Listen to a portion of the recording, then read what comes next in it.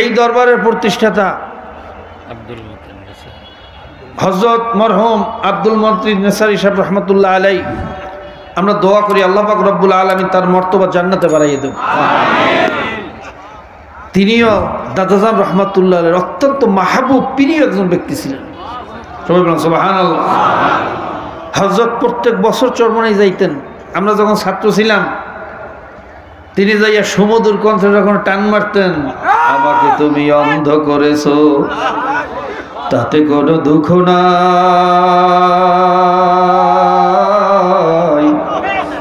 অন্ধকার কবরে বাবু তোমার দেখা পাই। আল্লাহু আল্লাহ আল্লাহু আল্লাহ।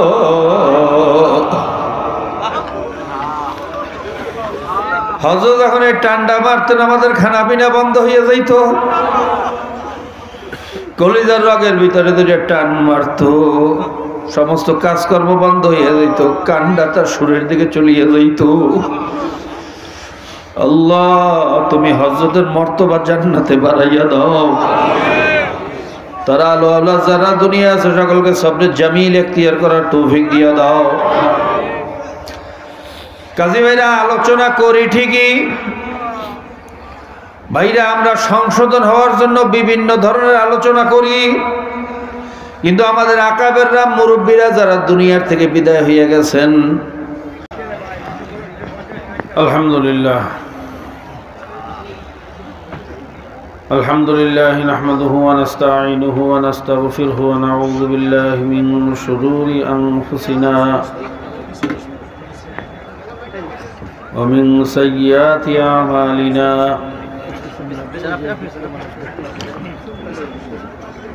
من يهده الله فلا مضل له ومن يضلله فلا هادي له ونشهد أن لا إله إلا الله وحده لا شريك له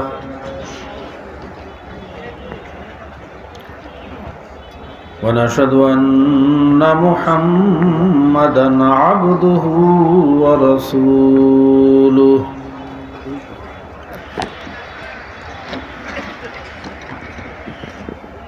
أما بعد فأعوذ بالله من الشيطان الرجيم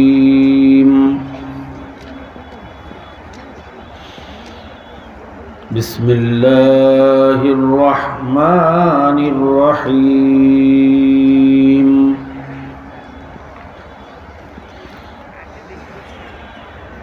إن الله وملائكته يصلون على النبي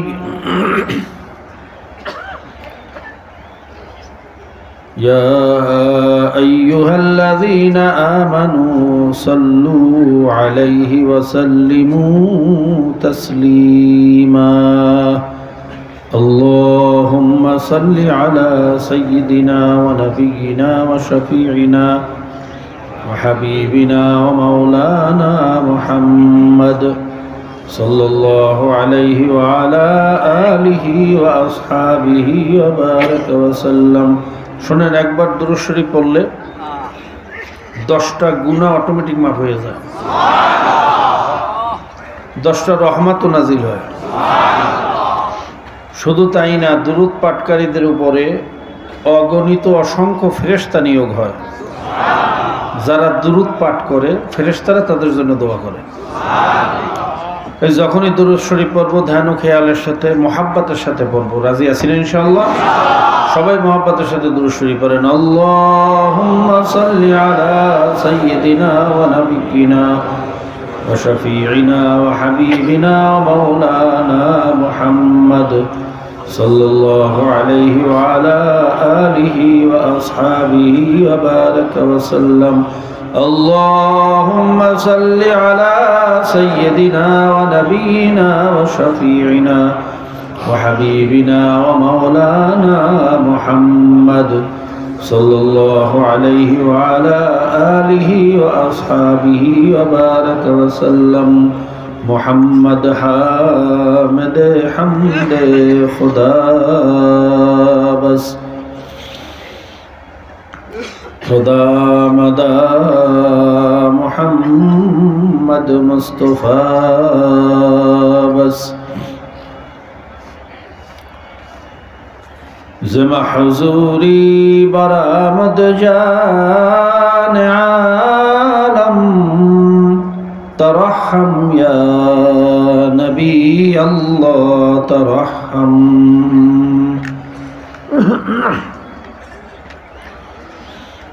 نا آخر رحمة للعالمين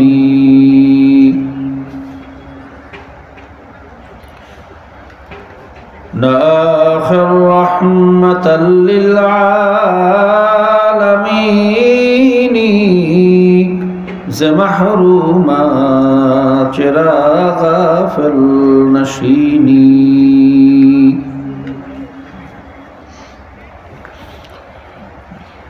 ز خاک ایلال سیراب برخیز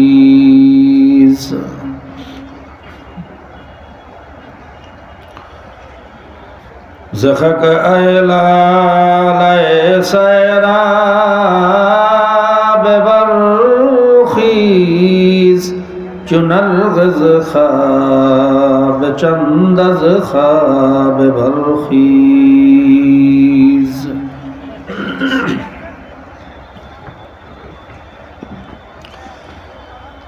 برو آور سر از برده یمانی که روی تست صبح زندگانی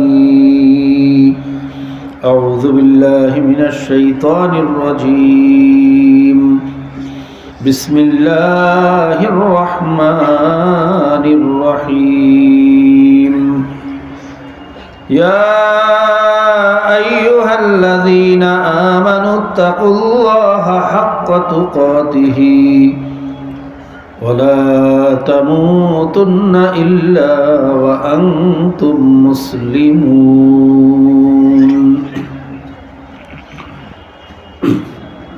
وقال الله عز وجل في آية أخرى ولكم فيها جمال حين تريحون وحين تسرحون وتحملوا أثقالكم إلى بلد لم تكونوا بالغيه إلا بشق الأنفس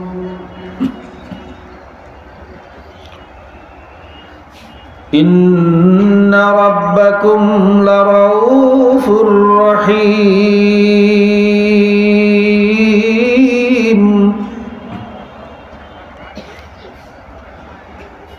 والخيل والبغال والحمير لتركبوها وزينة ويخلق ما لا تعلمون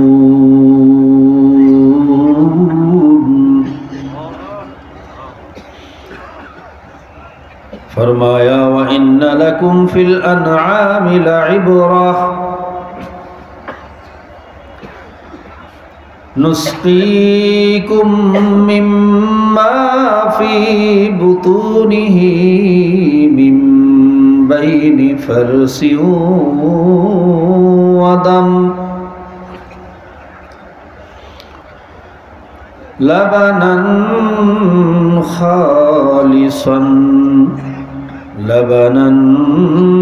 خالصا سائغا للشاربين صدق الله المولانا العظيم وصدق رسوله النبي الكريم ونحن على ذلك لمن الشاهدين والشاكرين ربنا تقبل منا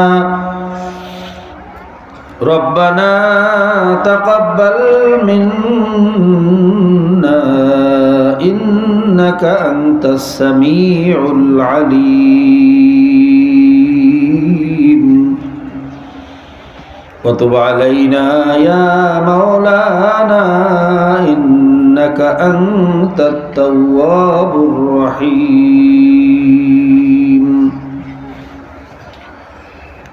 মোহতারাম মুআজ্জাজ সদর ইজলাস, সম্মানিত সভাপতি,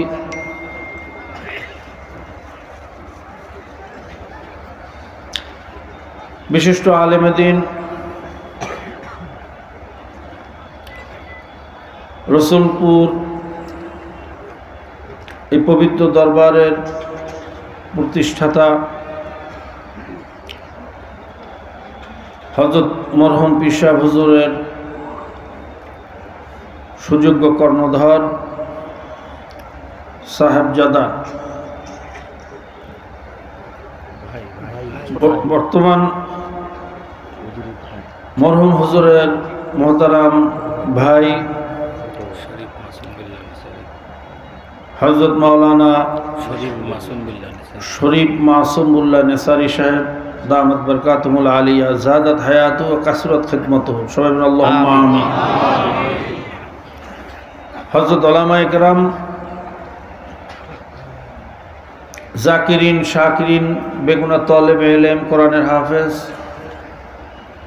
কৃষক, শ্রমিক, ভ্যানওয়ালা, ঠেলাওয়ালা, রিকশাওয়ালা, জেলে, কামার, কুমার, তাঁতি, ঋষি, মুসি, মজদুর সহ সৃষ্টির শ্রেষ্ঠ জীব আশরাফুল মাখলুকাত ওয়ালাকাদ কাররামনা বানি আদম, এই বড় মানুষকে বড় আদর করিয়া, মোহাব্বত করিয়া, সম্মানিত করিয়া বানাইছেন কে?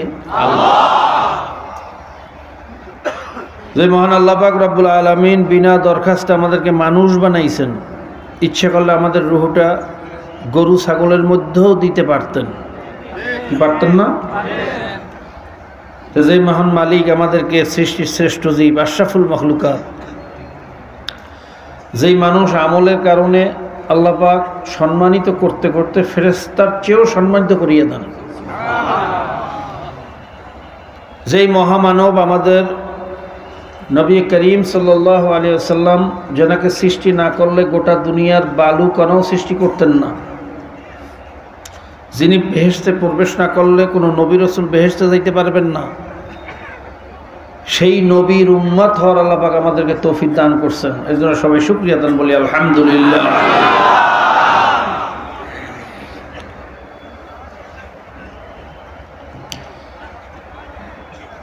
মুহতারাম মুআজ্জাজ হাজিরিন,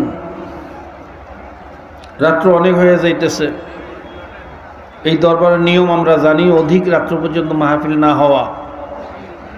আমাদের চরমনের মাহফিল আপনারা জানেন বেশি রাত্র পর্যন্ত চলে না, কারণ বেশি রাত্র হইলে মানুষ ফজরের নামাজ কাজা করার সম্ভাবনা থাকে, কথা ঠিক না?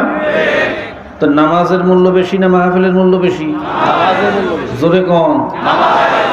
যদি লম্বা আলোচনা করব না, সংক্ষিপ্ত কয়েকটা কথা বলে আমি শেষ করবো, বাকি আল্লাহ পাকের ইচ্ছা। আমি পবিত্র কালামুল্লাহ থেকে কয়েকখানা আয়াত তেলাওয়াত করছি, জানি না সব আয়াতের ব্যাখ্যা তাফসীর করতে পারবো কিনা।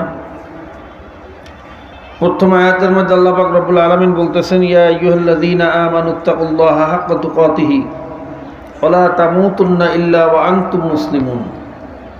হে আমার ঈমানদারেরা, তোমরা আমি মাওলাকে ভয় করার মতো ভয় করো এবং খবরদার মুসলমান না হইয়া কেউ মরিও না। সবাই বলুন সুবহানাল্লাহ। কি না হইয়া মরিও না? এটা মুখস্থ রাখতে হইবে, কি না হইয়া। আল্লাহ কিন্তু কোথাও একথা বলেন না যে খবরদার পীর না হইয়া মরিও না, মুফতি মুহাদ্দিস না হইয়া মরিও না, শাইখুল হাদিস না হইয়া মরিও না, এমপি মন্ত্রী না হইয়া মরিও না। এরকম কোনো শর্ত আল্লাহ কোথাও লাগান নাই, লাগাইছেন? শর্ত লাগাইছেন মাত্র একটা। কয়টা? জোরে বলেন, কয়টা? ওয়ালা তামুতুন্না ইল্লা ওয়া আনতুম মুসলিমুন। সবাই বলুন সুবহানাল্লাহ। এবার প্রশ্ন হলো মুসলমান কাকে বলে? আমরা তো অনেকে মনে করি আমার বাবা মুসলমান, দাদা মুসলমান, আমার 14 পুরুষ সবাই মুসলমান, আমার নাম ইসলামুল হক, সরকারি কাগজপত্রে লেখা আছে আমার ধর্ম ইসলাম, আমি মুসলিম, যে আমি কি ভিন্ন কিছু? আমি তো মুসলমানই। ভাই আপনাদের কাছে আমার প্রশ্ন, ডাক্তারের ছেলে হইলে কি ডাক্তার হয়? ইঞ্জিনিয়ারের ছেলে হইলে ইঞ্জিনিয়ার হয়? নূহ আলাইহিস সালামের ছেলে কেনান, নবীর ছেলে। কার ছেলে? কেনান ছিল কাফের, তার বাবা ছিল নবী। তাহলে বোঝা গেল মুসলমানের ঘরে জন্ম হইলেই মুসলমান হওয়া যায়? ভাই আওয়াজটা বেশি বাড়িয়ে গেছে, একটু কমাই দেন, গুম গুম করতেছে, মনিটর একটু কমাই দেন। ঠিক তদ্রূপ কাফেরের ঘরে জন্ম হইলেও কাফের হয় না। যেমন ইব্রাহিম নবীন আলাইহিস সালাতু ওয়াস সালাম, তিনি ছিলেন নবী, তার জন্মদাতা পিতা ছিল আজর কুমার, সে ছিল কাফের। কি ঘটনা সবাই জানি না আমরা? এই ঘটনার মাধ্যমে সমস্ত মানুষকে আল্লাহ পাক রব্বুল আলামিন শিক্ষা দিয়েছেন যে মুসলমানের ঘরে জন্ম হইলেও মুসলমান হয় না, কাফেরের ঘরে জন্ম হইলেও কাফের হয়। তাহলে মুসলমান কাকে বলে? এটা একটা চিন্তার বিষয়, কথা ঠিক না? এক আল্লাহর ওলি সংক্ষেপ উদাহরণ দিয়ে বলছেন, মুসলমানি বুয়াদ গর্দান নেহাদান ইনানে খুদ বাদাস্তে খাজাদান। মুসলমানি হলো গর্দানকে ঝুঁকাইয়া দেওয়ার নাম মুসলমানি। অর্থাৎ যখন নাকি একটা ঘোড়া, তার মুখে লাগাম লাগানো হয় না, এই ঘোড়াটা যেদিকে ইচ্ছে সেদিকেই দৌড়াদৌড়ি করে, যখন এই ঘোড়ার মুখে লাগাম লাগাইয়া সওয়ারির হাতে ছাড়িয়ে দেওয়া হয়, এখন আর ঘোড়া তার ইচ্ছা মতো আর চলতে পারে না। তাকে ডাইনে টান দিলে ডাইনে যাইতে হয়, বায়ে টান দিলে বায়ে যাইতে হয়, পিছনে টান দিলে দাঁড়াইয়ে থাকতে হয়। ঠিক তদ্রূপ আপনার আমার বুদ্ধির মুখে, শক্তির মুখে কালেমার লাগাম লাগাইয়া আল্লাহ এবং আল্লাহর রসুল হাতে ছাড়িয়ে দেওয়ার নাম হইল মুসলমানি।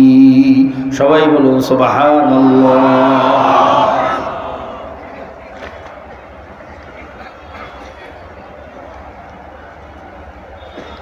কালেমার লাগাম গলায় লাগাইতে হবে। কিসের লাগাম? কালেমা। মুখস্থ করেন, কিসের লাগাম? না গণতন্ত্রের লাগাম? সমাজতন্ত্রের লাগাম? সেকুলারের লাগাম? মাউসুদুনের লাগাম? জোরে কন। আমেরিকার লাগাম? কালেমার লাগাম। এই লাগামের নাম কি? আবার এই লাগামের রশি গলায় লাগানোর পরে এই রশির মালিককে আল্লাহ এবং আল্লাহ রসুল।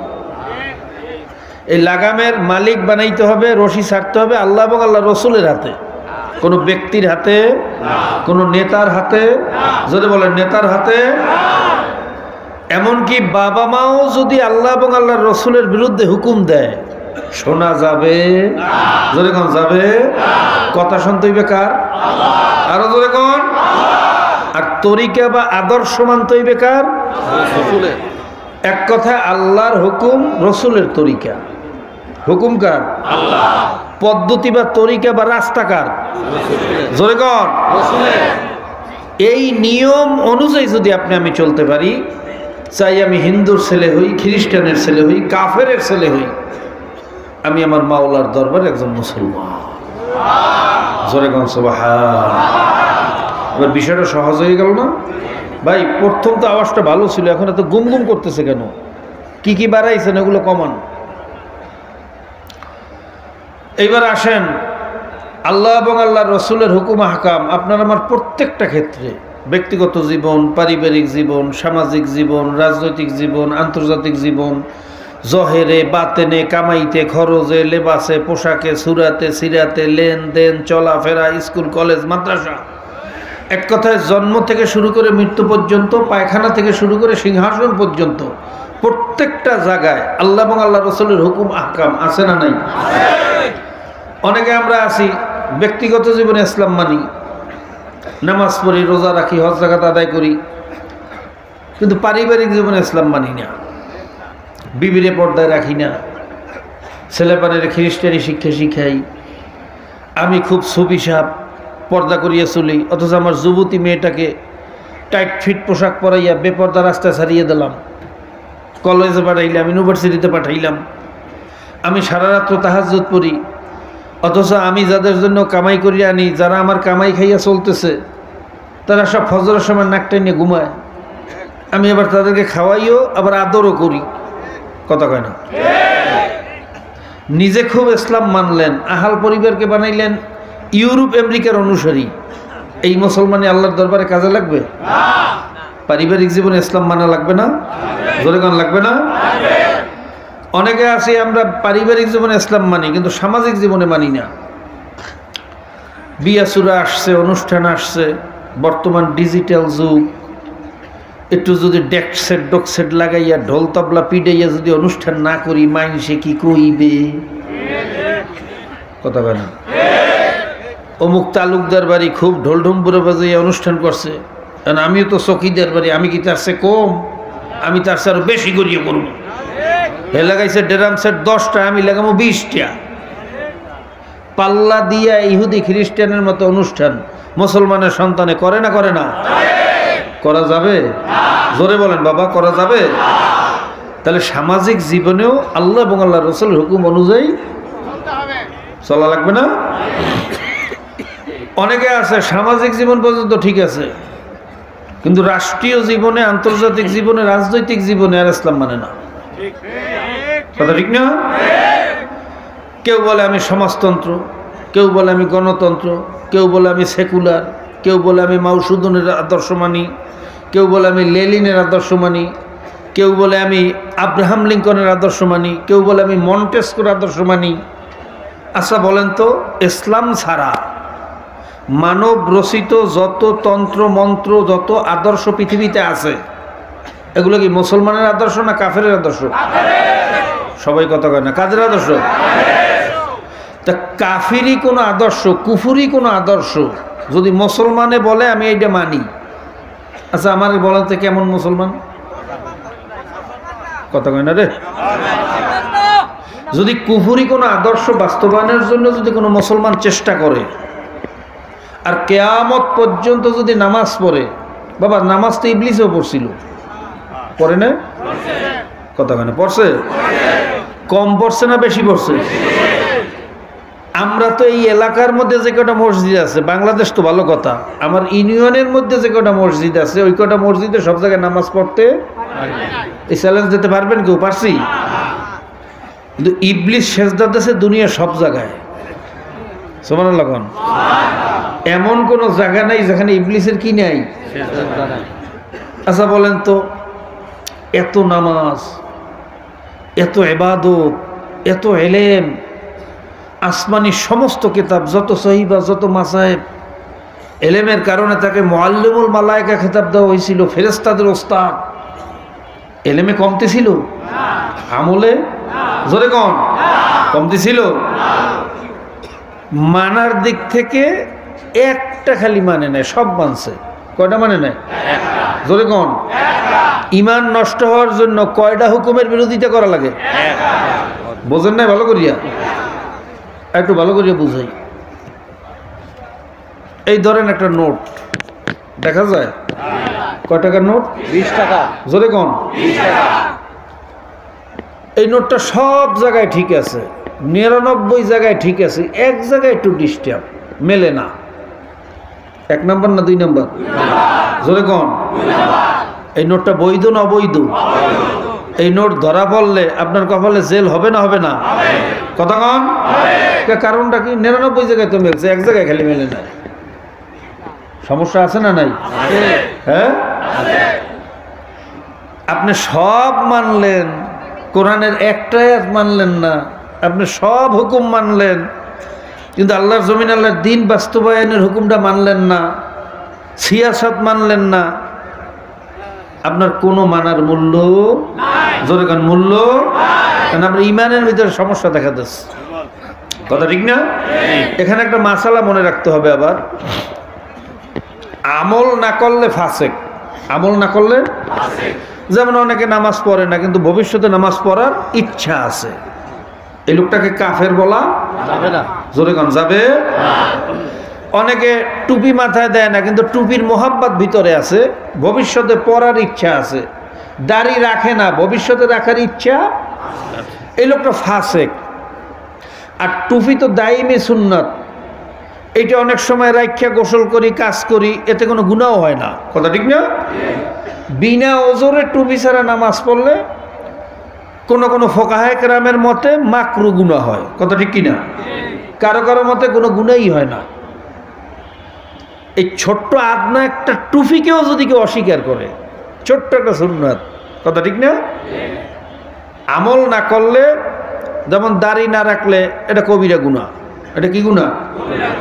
কিন্তু রাখার ইচ্ছা আছে, সে গুনাহগার, ফাসেক, তাকে কাফের বলা যাবে না।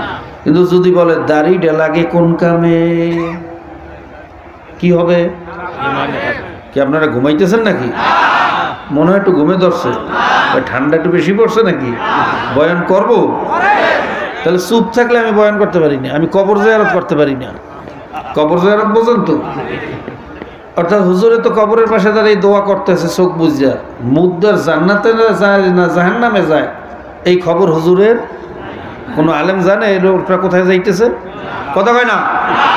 কারণ কবরবাসী কোনো খবর দিতে পারে না, চুপচাপ খালি দোয়া চলিয়ে যাইতেছে, জান্নাতে যাইতেছে না জাহান্নামে যাইতেছে, যে দোয়া পড়ে তার খবর। তা আমি খালি ওয়াজ করবো, আমরা চুপ করে বইয়ে থাকবেন, তাহলে তো এটা কবর জিয়ারত হয়ে গেল। কথা কয় না রে? এটা কি কবর জিয়ারত না মাহফিল? চুপ করিয়া থাকা, কথা বললে উত্তর দিতে হইবে, পাশের লোক ঘুমাইলে তারা নাড়া দিতে হইবে। কি রাজি আছেন ইনশাআল্লাহ? অল্প সময়ের মধ্যে শেষ করবো, বাকি আল্লাহ পাকের ইচ্ছা। ভাইরা, রাজনৈতিক জীবনে, আন্তর্জাতিক জীবনে ইসলামী হুকুমত বা ইসলামের আইন কানুন আছে না নাই? এ জায়গায় মানা লাগবে না? যদি কেউ বলে না আমি ইসলামী রাজনীতি মানি না, আমি আব্রাহাম লিঙ্কনের রাজনীতি মানি, ঈমান থাকবে? যদি কেউ না বুঝিয়া করে অথবা ইসলামী আদর্শকে পছন্দ করে, যে কোনো বিপদে আপদে পড়িয়া দুনিয়ার স্বার্থে লোভে লালসায় করে, তাকে কাফের বলা যাবে না, কিন্তু সে গুনাহগার। সে কি? গুনাহ মাফ না করে যে কবরে যায়, জাহান্নাম ছাড়া উপায়, জোরে কান, জাহান্নাম ছাড়া উপায়। কিন্তু খোদা না খাস্তা যদি বলে যে রাজনীতি পছন্দ করি না, ঈমান থাকবে? জোরে কান, থাকবে? কেউ যদি বলে আমি আব্রাহাম লিঙ্কনের আদর্শ বাস্তবায়ন করব, যেই আদর্শের মধ্যে আছে কোনো ছেলে মেয়ে একত্রিত হইয়া যদি জেনা করে, এটা বলে জায়েজ। জানেন বাংলাদেশের আইন? জানেন না? অ্যাডাল্ট অর্থাৎ 18 বছর পার হয়ে গেছে এরকম কোনো মেয়ে বা 20 বছর পার হয়ে গেছে এরকম কোনো ছেলে আপোষে মিল্লামিশা যদি জেনা করে, যেটাকে বলা হয় লিভিং টুগেদার, একসাথে বসবাস করে, সেখানে যদি যারও সন্তান উৎপাদন হয়, জোরে কর নাউজুবিল্লাহ, বাংলাদেশের এই সেকুলারদের আইন অনুযায়ী এটা বৈধ, এতে কোনো সমস্যা নাই। আচ্ছা বলেন তো,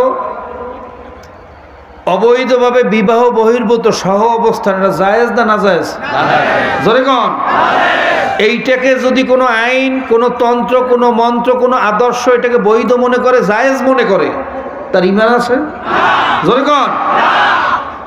তাহলে যারা বলে আমি আব্রাহাম লিঙ্কনের আদর্শ বাস্তবায়ন করতে চাই, মাউসুদ্দিনের আদর্শ বাস্তবায়ন করতে চাই, আবার নামাজও পড়ে, বাবা আপনাদের কাছে প্রশ্ন, আপনারাই বিচার করেন, তার ঈমানটা থাকে কিভাবে আমারে বুঝান?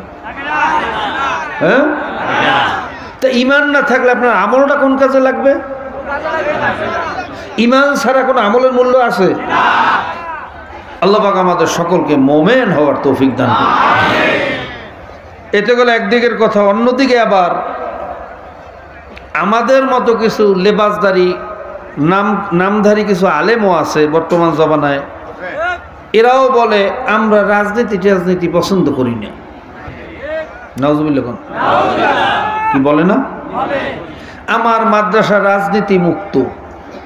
আমি বলি আপনার মাদ্রাসা রাজনীতি মুক্ত না, আপনার মাদ্রাসাটা হলো ইসলাম মুক্ত। আপনার মাদ্রাসায় পরিপূর্ণ ইসলাম, জোরে কোন ইসলাম। আচ্ছা আমি আপনাকে জিজ্ঞাসা করি, রাজনীতি কারে কয়? যেই নীতির মাধ্যমে রাজ্য পরিচালিত হয়, ওই নীতিটার নাম কি নীতি? জোরে কোন? আর এই নীতিটা নিয়ে যারা কাজ করে, চেষ্টা করে, তাদেরকে বলা হয় রাজনীতিবিদ। তাদেরকে বলা হয় কি? জোরে কোন? আচ্ছা, আমাদের দেশে যারা আমাদের দেশগুলো ইতিপূর্বে পরিচালিত করছে, যেমন মরহুম শেখ মুজিবুর রহমান সাহেব, তিনি রাজনীতিবিদ না রাজনীতিবিদ না? জিয়াউর রহমান সাহেব মরহুম, তিনি রাজনীতিবিদ না রাজনীতিবিদ না? কথা কয় না? এরপরে আপনার বেগম জিয়া, সে রাজনীতিবিদ না রাজনীতিবিদ না? এরপর শেখ হাসিনা, রাজনীতিবিদ না রাজনীতিবিদ না? কারণ কি? কি কারণে রাজনীতিবিদ? কারণ তারা রাষ্ট্র পরিচালনা করছে এবং এই রাষ্ট্র পরিচালনার আদর্শ নিয়ে চেষ্টা করছে, কাজ করছে। কথা কয় না? এইবার আপনাদেরকে জিজ্ঞেস করি, আমার নবীও রাষ্ট্র পরিচালনা করছেন না করেন না? জোরে কোন? তেনার পরে যে সাইদ সাহাবা খয়রুন নাস বাদাল আম্বিয়া আবু বকর সিদ্দিক রাদিয়াল্লাহু তাআলা আনহু, সুম্মা ওমর, সুম্মা উসমান, সুম্মা আলী, যেনাদের মর্তবা আম্বিয়া কেরামদের পরে সবচেয়ে বেশি, তেনারা প্রত্যেকে রাষ্ট্রপ্রধান ছিলেন না ছিলেন না? জোরে কইয়েন। তা আল্লাহর নবী রাষ্ট্র পরিচালনা করছেন, সিয়াসত করছেন, সাহাবায়ে কেরাম করছেন। প্রায় 650 উপরে আয়াত আছে রাষ্ট্র পরিচালনার উপরে, সিয়াসাতের উপরে, কেসাসের উপরে। কি কথা ঠিক না? তা আপনি বলেন আমি এটা পছন্দ করি না। আচ্ছা, আপনাকে আমাকে বলেন তো তার ইমানটা কেমনে থাকে? কথা কয় না? আল্লাহ নবী যে কাজ করছে এটা যদি কেউ বলে আমি পছন্দ করি না, তার ইমান থাকে? আমাদের বুঝে আসে না, শুধু উদ্ভট কথাবার্তা কিভাবে বলে। তবে আমাদের শায়খ ও মুর্শিদ হযরত পীর সাহেব হুজুর চরমনাই নওয়ারাল্লাহু মারকাদাহু আব্বাজান রহমাতুল্লাহ আলাইহি বলতেন, আমি অনেক চিন্তা করে দেখছি যে এই কথা কেন বলে। কারণ এরা চিন্তা করছে এখন তো আরামেই আছি, সব দলের মানুষ আমারে ভালোবাসে, আমার কাছে আসে, আমার কাছে মুরিদ হয়, হাদিয়া তোহফা দেয়। যদি রাজনীতি বা সিয়াসতের কথা বলি তাহলে আমার হাদিয়াটা দিয়ে চলবে না, মুরিদ টুরিদ থাকবে না, সব ছুটবে। কথা কয় না? তাহলে তো বাবা আপনি পেট নীতি পছন্দ করলেন, আল্লাহর হাবিবের নীতি? কথা কয় না? আল্লাহর হাবিবের নীতি পছন্দ করছেন? আল্লাহর হাবিব যেই কাজ করতে যেয়ে দান দান মোবারক শহীদ করছেন, মায়ের খাইতে খাইতে সমস্ত শরীরটারে ফাটাইয়ে ফেলাইছেন। মা আয়েশা রাদিয়াল্লাহু তাআলা আনহা একদিন জিজ্ঞাসা করেন, ইয়া রাসূলুল্লাহ, ইয়া হাবিবাল্লাহ, আপনার গায়ে যে কালো কালো গুটি গুটি দাগগুলো, দাগগুলো কিসের? আপনার কি কোনোদিন বসন্ত হয়েছিল, না ফোড়া হয়েছিল, না পক্স হয়েছিল? এই কথা বলার পর আল্লাহর নবী আর চোখের পানি রাখতে পারলেন না। আল্লাহর হাবিব জার জার করে কাঁদেন আর বলেন, আয়েশা, আমার গায়ে যে কালো কালো দাগগুলো দেখো, এই দাগ কোনো বসন্তর দাগ না, এটা কোনো পক্সের দাগ না। দিনের দাওয়াত দিতে গিয়া, কাফের মুশরিকের বিরোধিতা করতে গিয়া, কাফের মুশরিকেরা আমার গায়ে পাথর মারতে মারতে মারতে মারতে মারতে মারতে আমার সমস্ত শরীরটা ক্ষতবিক্ষত করিয়ে ফেলেছে। এই দাগ কোনো ফোড়ার দাগ না, এগুলো পাথরের দাগ। ভাইরা, আল্লাহ নবী আলাইহিস সালাতু ওয়াস সালামকে কাফেররা প্রস্তাব দিছিল, হে মুহাম্মদ আরবি, তুমি কি শুরু করছো? তুমি কি আমাদের বাপদাদার ধর্ম সব ডুবাইয়ে দেবা? ঠিক আছে, তুমি যখন ফেরবাই না, তুমি তোমার দিনের দাওয়াত দাও, কোনো অসুবিধা নাই। নামাজের কথা বলো, রোজার কথা বলো, হজের কথা বলো, জাকাতের কথা বলো, দান সদকার কথা বলো, তাহাজ্জুদের কথা বলো, কোনো অসুবিধা নাই। শুধু আমাদের কুফরি আদর্শের বিরোধিতা করিও না। শর্ত কয়টা?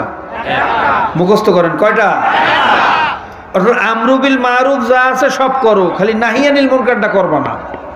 আমাদের খারাপির বিরুদ্ধে, কুফরির বিরুদ্ধে কোনো কথা বলবা না। এই একটা শর্ত যদি তুমি মানতে পারো, তুমি কি চাও? খেজুরের বাগান চাও? তোমার যেইটা পছন্দ নিয়ে যাও। নেতা হইতে চাও? আসো, তোমাকে আমাদের গোত্রের নেতা বানিয়ে দেব। সুন্দরী মেয়ে বিবাহ করতে চাও? আমাদের বংশের কাকে পছন্দ হয় বলো, তাকেই তোমার কাছে বিয়ে দিয়ে দেব। ভাইরা, আল্লাহর নবীকে এই প্রস্তাবে রাজি হয়েছিলেন?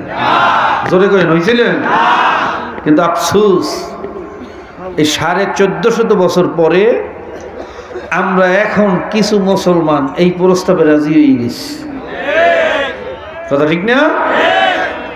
আমরা শুধু মিডা সুন্নাতের আলোচনা করি, এই আমল করো ওই সওয়াব, ওই আমল করো ওই সওয়াব, পাহাড় পরিমাণ সওয়াব, আসমান জমিন বরাবর সওয়াব। এত সওয়াব রাখবেন কই বাবা? ইমানের তো তলা ফুটে হয়ে গেছে। এই কথা ঠিক না বেঠি? আমরা শুধু মিডা মিডা ভাইরা আমরু বিল মারুফের কথা বলি, কিন্তু নাহি আনিল মুনকার বলি না। আমরা একথা বলি না কাফের মুশরিক বেঈমান নাফরমানের দালালেরা, আব্রাহাম লিঙ্কন মাউসুদনের দালালেরা। 92% মুসলমানের দেশে জেনার আইন চলতে পারবে না, মদের আইন চলতে পারবে না, সুদের আইন চলতে পারবে না। এই নাহিয়ানির মুনকার করি না তো আমরা, কি কথা ঠিক না? আল্লাহ পাক রব্বুল আলামিন আমাদের সকলকে এই নাহিয়ানিল মুনকার, আমরু বিল মারুফের সাথে নাহিয়ানিল মুনকার করার তৌফিক দান করুন। তবে ভাইরা, এখানে একটা কথা বললে রাখতে হয়।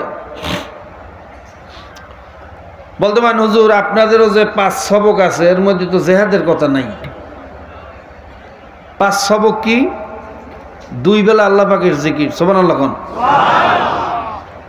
সাপ্তাহিক তালিম ও হালকায় জিকির, সুবহানাল্লাহ কোন, মাসিক ইজতেমা, সবগুজারি, চরমনের মাহফিল, বিনা ওজরে কামাই না দেওয়া, আল্লাহ ওয়ালাদের বই পুস্তক পড়ার অভ্যাস রাখা, নিজে না পারলে আরেকজনকে দিয়ে পড়াইয়া শোনা, কি কথা ঠিক না? এর মধ্যে নামাজের কথা নাই, রোজার কথা নাই, হজের কথা নাই, জাকাতের কথা নাই, আছে কথা আছে? তাবলিগের 6 উসুলের মধ্যে জেহাদের কথা আছে কথা কয় না? রোজার কথা আছে, হজের কথা আছে নাই তো? কারণটা কি? এখানে জিনিসটা বুঝতে হবে। কারণ হলো তৎকালীন জমানায় ব্রিটিশ আমাদেরকে এত বেশি নির্যাতন করছে, ওলামায়ে কেরামদেরকে এত বেশি হত্যা করছে, গাছের সাথে লটকাইছে, যে তখনকার ওলামায়ে কেরাম মুসলমানদেরকে যে নামাজ রোজা শিখাইবে সেই অবস্থাও ছিল না। সিয়াসাত হুকুমত তো দূরের কথা, মুসলমানের সন্তান উজুও জানতো না, নামাজও জানতো না, এমনকি সূরা ফাতিহাও জানতো না। বাংলাদেশে মুসলমানের সংখ্যা দাঁড়াইয়ে গেল মাত্র 30%। কত পার্সেন্ট? এমনকি বাংলাদেশে ব্রিটিশরা হিন্দু জমিদারদের মাধ্যমে আমাদেরকে শোষণ করাইয়া এমন জায়গায় নিয়ে আসছে যে মুসলমান দিয়া কালী পূজা করতে বাধ্য করছে। লক্ষ্মী পূজা অনেক বুড়ো বুড়িদের কাছে জিজ্ঞেস করেন, আমাদের ছোটবেলায় আমরা দেখছি অনেক মুসলমানরা লক্ষ্মী পূজা করতো, নাউজুবিল্লাহ কোন, ধুতি পইতে পড়তো মুসলমানের সন্তান, কত গানে পড়তো না? 50 বছর আগের দলিল উল্টাইলে দেখবেন সেখানে সিরি সিরি শব্দ লিখতে বাধ্য করছিল, কত গানে রে? ইতিহাস জানেন না? মাত্র 50 বছর আগের দলিল উল্টাইয়া দেখবেন সিরি সিরি আব্দুর রহমান, সিরি সিরি আব্দুর রহিম, এই সিরি লিখতে বাধ্য করছিল ব্রিটিশ হিন্দুদের মাধ্যমে, কথা ঠিক না? সিলেট গেলে দেখবেন কথার শেষে বলে আইরাম, খাইরাম, জাইরাম, অর্থাৎ রাম শব্দ প্রত্যেক কথার শেষে বলতে বাধ্য করছিল এই রাজা গরু গোবিন্দ, নাউজুবিল্লাহ কোন। এখন আবার ভারতে দেখেন না, মুসলমান পিটাইতেছে আর বলতেছে বল জয় শ্রীরাম, জয় শ্রীরাম, দেখছেন না? এরকম মুসলমানদেরকেও রাম বলতে বাধ্য করছিল। মুসলমান ভাইরা কিছু দুনিয়া লোভী, স্বার্থ লোভী, জমিদারি পাওয়ার লোভে ধুতি আর পইতে পড়িয়া হিন্দু জমিদার বাড়ির সামনে দিয়া সবসময় বাইলা তেলমর্দন করতো আর মশাইবি চাটুগরি করত, তাদের পিছনে ঘুরঘুর করত, কথা কয় না? এই অবস্থা দেখিয়া এই পাক ভারত উপমহাদেশে আমাদের আকাবেররা, মুরব্বীরা, কেউ 5 সবক, কেউ 6 উসুল, কেউ ভাইরা লতিফা, কেউ ওজিফা এবং বিভিন্ন তরিকায় আমাদের মুরব্বীরা এই দেশের মধ্যে ঢুকছে, সুবহানাল্লাহ কোন। এই চলমান ভাইরা, এই ফুরফুরা বলেন, জৈনপুরি বলেন, চরমনাই বলেন, শর্ষিনা বলেন, এরকম বহুত আল্লাহর ওলিরা মানুষের ঘরে ঘরে যাইয়া মানুষদেরকে দিনের পথে দাওয়াত দিতে দিতে এই কেবল মুসলমানদেরকে ইসলামের লাইনে উঠাইছে, রাস্তায় উঠাইছে, সুবহানাল্লাহ কোন, কি কথা ঠিক না? আমরা তো একটু হইলে এক একজনের ঠেলে পানিতে ফেলাই দিই, অমুক তরিকা ভালো না, অমুক পীর ভালো না, আমি ভালো।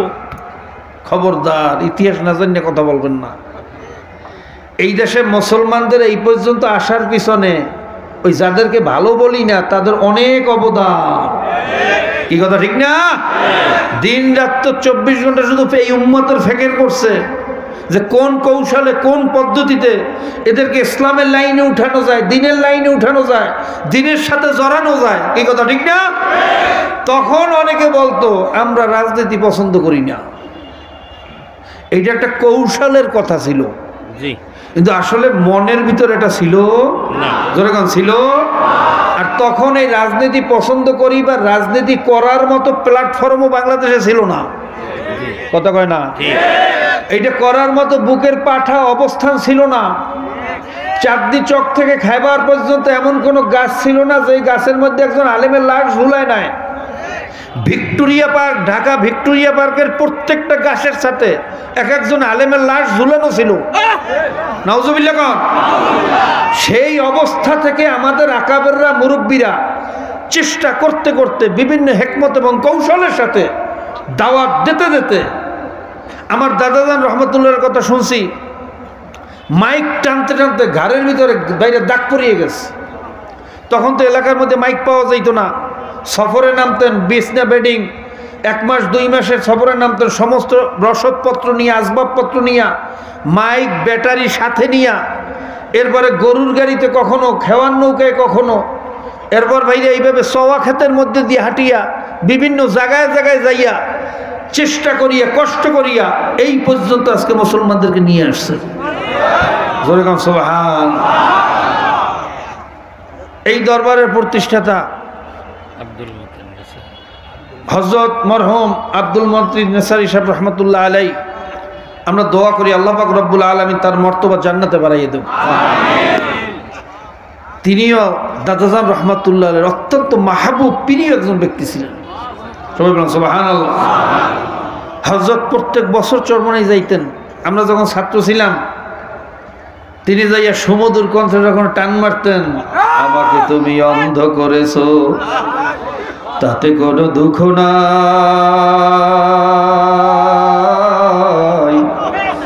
অন্ধকার কবরে বাবু তোমার দেখা পাই। আল্লাহু আল্লাহ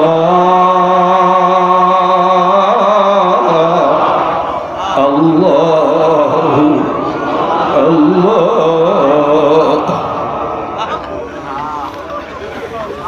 হযরত যখন এই টান্ডা মারতেন আমাদের খানা পিনা বন্ধ হয়ে যাইত, কলিজার রগের ভিতরে দুটো টান মারত, সমস্ত কাজকর্ম বন্ধ হয়ে যাইত, কান্ডা তার সুরের দিকে চলিয়ে যাইত। আল্লাহ তুমি হযরতের মর্তবা জান্নাতে বাড়াইয়া দাও। তারা আলো আল্লাহ যারা দুনিয়া আছে সকলকে সবরে জামিল এখতিয়ার করার তৌফিক দিয়া দাও। কাজী ভাইরা, আলোচনা করি ঠিকই ভাইরা, আমরা সংশোধন হওয়ার জন্য বিভিন্ন ধরনের আলোচনা করি, কিন্তু আমাদের আকাবেররা, মুরব্বীরা যারা দুনিয়ার থেকে বিদায় হয়ে গেছেন, খবরদার তাদের ব্যাপারে সমালোচনা করার আগে 100 বার চিন্তা করা লাগবে। কথা ঠিক না? তারা কোন পরিস্থিতিতে, কোন পরিবেশে বাবা এই ব্রিটিশ জালেমদের বিরুদ্ধে কৌশল করিয়া দাওয়াত দিয়ে আমাদেরকে এই পর্যন্ত তারা আনছেন। কথা ঠিক না বেঠি? কাজে তাদের ব্যাপারে সাবধান। বাবা আলী রাদিয়াল্লাহু তাআলা আনহু বলছে, বাবা তুমি অন্যের দোষ কখন ধরবা? নিজের দোষ তালাশ করো, একটা সংশোধন করো, আরেকটা তালাশ করো, ওইটা সংশোধন হওয়ার পরে আরেকটা তালাশ করো। এরকম তালাশ করতে করতে দেখবা বহু সময় হইয়া যাইবে, নিজের দোষ শেষ করতে পারবা না, আরেকজনের দোষ কখন ধরবা? আল্লাহ তুমি আমাদেরকে আমল করার তৌফিক দিয়া দাও, আমাদেরকে খালি মুমিন হইয়া কবরে যাওয়ার তৌফিক দাও। আল্লাহ পাক রব্বুল আলামিন বলেন, আস-সাবিকুন উলাইকাল মুকাররাবুন, খবরদার তোমাদের পূর্ববর্তীরা তোমাদের চেয়ে সম্মানিত, তাদের ব্যাপারে সাবধান। কাজী ভাইরা, খুব সতর্কতার সাথে কথা বলতে হবে। কিন্তু বর্তমান জমানায় একদল মানুষ বুঝিয়া শুনিয়াই বিভিন্ন ধরনের শয়তানি করে। কথা ঠিক না বেঠি? জোরে কোন ঠিক না বেঠি? তাদের থেকে সাবধান হইতে হবে বাবা, তাদেরকে বোঝানোর চেষ্টা করতে হবে। তাদের ধোকায় পড়িয়ে অনেক মুসলমানের সন্তান ইসলামের বিরুদ্ধে ওই সেকুলারিজমের পক্ষে কাজ করে। কথা ঠিক না বেঠিক? আমার সেই ভাইদের উপরে রাগ হওয়া যাবে না, তাদেরকেও বুঝাইতে হবে। যদি আল্লাহর ফজলে ঠিক মতো বুঝাইতে পারি, আমার বিশ্বাস, আমি কসম খাইয়ে বলতে পারি, মুসলমান কোনোদিন ইসলামের বাইরে থাকতে পারে না। কথা ঠিক না বেঠিক? ধরে গা ঠিক না বেঠিক? খালি বুঝার অভাব, চেষ্টা করো, বুঝাইতে থাকো। আল্লাহর হাবিব আলাইহিস সালাতু ওয়াস সালাম যেইভাবে ধৈর্যের সাথে বুঝাইছেন, আল্লাহর নবী আলাইহিস সালাতু ওয়াস সালাম একবার যখন রাস্তা দিয়ে যাইতেছিলেন, ভাইরা কাফেরদের নেতারা বলতেছিল, এ মুহাম্মদ তো একটা পাগল, সবাই ওর গায়ে পাথর মারো, জোরে কর নাউযুবিল্লাহ। বাচ্চাদেরকে ডাকছে, আসো তোমরা, যে যত বেশি পাথর মারতে পারবা তারে তত বেশি চকলেট দেব। বাচ্চা পোলাপান, ওরা তো আল্লাহ নবীর ছেড়ে না। আল্লাহ নবী যে কে, তার যে কি মর্যাদা, কি মর্তবা, এটা তো শিশু বাচ্চারা বোঝে না। চকলেট খাওয়ার লোভে আল্লাহর হাবিবের পিছনে দৌড়ায় আর পাথর মারে। আল্লাহর হাবিবের সমস্ত শরীর ফাটিয়া জার জার করে রক্ত বাহির হইতেছে। এই অবস্থা দেখে আমার মাওলার আরশ গরম হইয়া গেছে। জিবরাইল আমিনকে পাঠাইছেন, যাও জিবরাইল আমার হাবিবকে গিয়ে আবার সালাম দাও, আর আমার তাকে যাইয়া বলো, আমি মাওলা এই অবস্থা দেখে বড় অস্থির হইয়া গেছি, আমার হাবিবের অনুমতি আনো। যদি অনুমতি দেয়, এই তায়েফের সমস্ত পাহাড়গুলা উঠাইয়া ওদেরকে এমন ভাবে চাপা দেব, ওদের বংশ চিরতরে কিয়ামত পর্যন্ত নির্বংশ করিয়া দেব। জিবরাইল আমিন আল্লাহর হাবিবের কাছে সালাম দিয়ে বলতেছেন, ইয়া রাসূলুল্লাহ, ইয়া হাবিবাল্লাহ, আপনার এই করুণ অবস্থা দেখে আমার মাওলার আরশ গরম হইয়া গেছে। মাওলা কারীম আপনাকে সালাম পাঠাইছেন, আপনার অনুমতি চাইছেন। আপনি যদি অনুমতি দেন, এই তায়েফের পাহাড়গুলা দিয়ে ওদেরকে চাপা দিয়ে নির্বংশ করিয়া দেওয়া হবে। এই কথা বলার পরে আমার নবী বলেন, না জিবরাইল, না, ওদেরকে চাপা দিয়া ধ্বংস করা যাবে না। ওদেরকে যদি নির্বংশ করিয়া ফেলাও, আমার মাওলা রে মাওলা বলিয়া কে ডাকবে? আমারে আল্লাহ রে, আবার আল্লাহরে তো আল্লাহ বলার কেউ থাকবে না। জিবরাইল ওরা আমারে চেনে না, এই জন্য পাথর মারে, ওদের দোষ না। ওরা যদি আমাকে চেনতো, আমার গায়ে পাথর মারতো না, আমার গায়ে ফুল মারতো। ভাইরা, এই ছিল আমার নবীর চরিত্র। আর আমাদের অবস্থাটা কি হইল? মুসলমানদেরকে ব্রিটিশ বেনিয়ারা বিভিন্নভাবে বিভ্রান্ত করছে। যে সমস্ত মুসলমানের সন্তানেরা না বুঝিয়া ইসলামের বিরোধিতা করে, বাবা ওরা আসলে না বুঝিয়া করে, ওদের উপরে রাগ হওয়া যাবে না। কথা ঠিক না বেটি? জোরে কথা ঠিক না বেটি? অনেক সময় আমাদেরকে গালি দেবে, আমাদেরকে আঘাত করবে, ধৈর্য সহকারে এটা মোকাবেলা করতে হবে। আর বাইরা দরদ নিয়ে তাদেরকে ইসলামের দাওয়াত দিয়ে বুঝাইতে হবে। আমি কসম খাইয়াও বলতে পারি, যদি দাওয়াতের মতো দাওয়াত চেষ্টার মতো চেষ্টা করতে পারি, মুসলমান ইসলামের বিরুদ্ধে থাকতে পারে না। কথা ঠিক না বেটি?